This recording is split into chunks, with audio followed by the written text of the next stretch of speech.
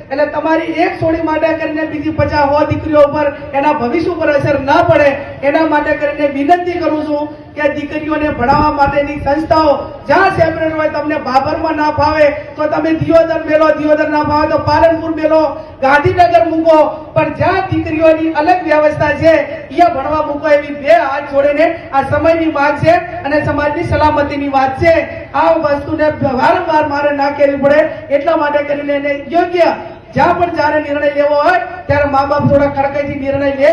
એવી મારી બે હાથ જોડીને વિનંતી. હમણાં લાઇબ્રેરીની વાત કરી તો લાઇબ્રેરીમાં મંત્રી સાહેબે અમે તો બે કીધું જ છે જે મદદ કરવાની હોય પણ જ્યાં જગ્યા રાખો ત્યાં થોડું